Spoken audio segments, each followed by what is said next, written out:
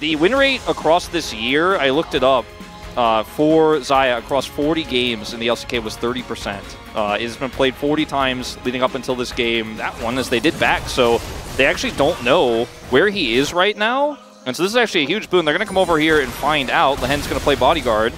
I think Lehens has to be very careful here, and as I say that, I think he might just die. He is extremely low, but they don't want to push into the Nidalee, but in goes Owner, and his first blood for Faker, as now trying to turn this one around is Gen.G, but they only have 2 people. They're trying to take down Keria. Tons of damage between these two, and in fact, Keria will be run down as he doesn't have flash anymore as well.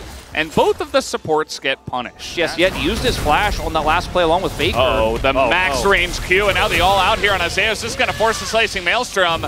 As we still have Exhaust, he really wants to run him down here, and another Q3 will have to be flashed as in he goes again. Jeez, man. Yeah, and both of these AD carries about to start picking up some turret plates here.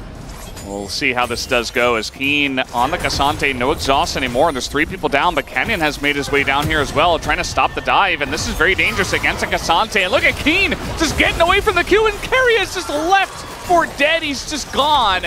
There's nothing that Guma and Owner can do about it, just a failed dive from T1. And Faker is behind so much in farm. Now not farming here is going to teleport mid. Chovy will have teleport advantage, can continue to put the pressure on. So they're losing out in mid, they're losing out in bottom, and Keen has stemmed the bleeding in the top lane. It's just such a huge lead here now for Gen.G in terms of map control as well, and what it means in terms of denial here. And so T1 have that lane going well for them, but everything else not so great as Gen.G are really punishing them, trying to get in here, but now it's actually Canyon who's going to get Feathers dragged back, and now Pace is in a lot of trouble. Barrier not going to help him out as T1 call the bluff on the bottom side and come up big. He used his combo just moments before. Trying to make a play up here on the top side. That spear looks like it missed, but it might not matter. Zeus is extremely low, does flash the wall. Remember, Keen doesn't have his flash, but he's Cassante, just goes through the wall and takes him down. Although T1 are getting this bottom turret, so there is that. Yeah, Chovy's been taking all the farm in mid. Paze has been trying to get farm in bottom. I think we might have to have a little switcheroo on that as this turret goes down. Will be the first turret going to T1, so maintaining their gold lead. Big factor here is that the Azir picked up a kill, so even though he's down 30 CS, that's somewhat mitigated. The Xayah is very ahead, and Pace is going to kind of force out the game. You know, he picked it in game 1. Looked great on it. Well, maybe in the not, end of the maybe not great, yeah. Didn't get a vote in the POG. Lehens does have Unbreakable Will, but he doesn't want to use it. He's going to really try to save it until the very end, and he's just going to die instead. Well, I mean, okay, it's a long cooldown. Yeah.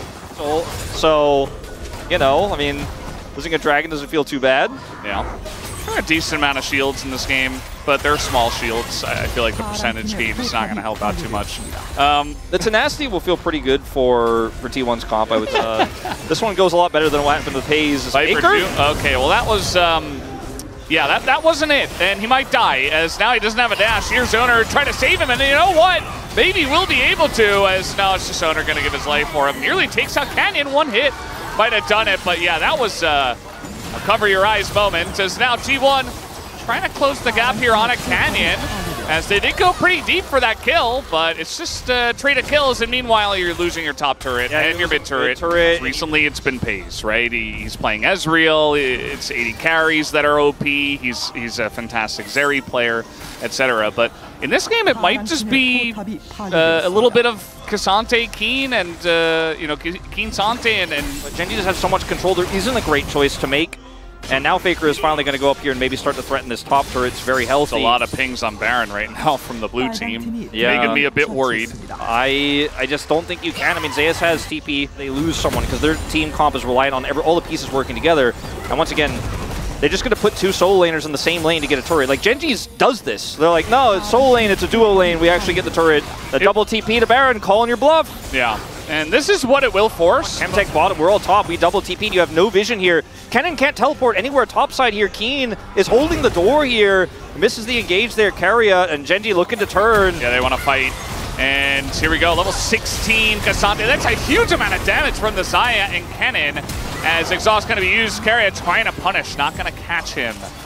And so Keen kind of finding out the amount of damage that T1 does have when they engage, but now Lehens gets in there, and Owner in a bit of a rough spot as in goes Faker. He's going to get the drop on a pace as they throw everything into the Zeri. That is a huge catch, but now Faker will go down, and Lehens is kiting this one out, and he will be able to headbutt to potentially survive as well. Look at the health bars here on Zeus and Carrier. They are so low, and they're getting poked out, and there's not much they can do except run from here. Yeah, Zeus, no flash here, really tough to make anything happen. Gumayusi is really the main character here. If T1 were ever to get something done here, might even try to look for a backstop. He's going to blast cone in. Okay, he's going in. Didn't think that Cassante was nearby, and well, he found out that he was, and now he's dead. Flash is gone, and Keen still doesn't need flash because he's Cassante. But it wasn't the right call there with the Cassante standing by. He just didn't have the right read. There's no Baron take, but it will be Gen.G getting soul point here. And every little bit helps. I mean, all the extra healing, the extra tenacity, but these are small things that blind. Yeah, they have like one blue trinket in their own jungle, which was just pinged, by the way. Yep. And they're just going to start Baron. And they can 2-mana with Corki and Italy, and then eventually have the rest of the team come over, and there's just zero vision. I mean, T1, they're just going to have to send it, but they're too late. They're backing. You can't even engage on Lehens. He's got ult, he's got flash. Like, Owner is just going to take the Constellation Gromp in this case, and T1 just could not come in. They couldn't do anything. Oppressive vision control, no way to face check, and they just give up the Baron because there's really no right choice. But nobody's side laning either. Nope, it's too risky to push that top turret, which has been alive and it's basically full health for the whole time. Bounty's now up.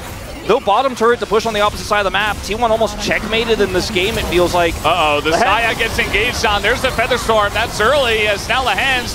Baker looking for it, just going on a crazy raceway. I don't even know what that was. Meanwhile, Owner goes down, and Lehens is going to find another one. Finds the cannon here. Nice Zhonya's, actually. A lot of damage into Pace, who will go down.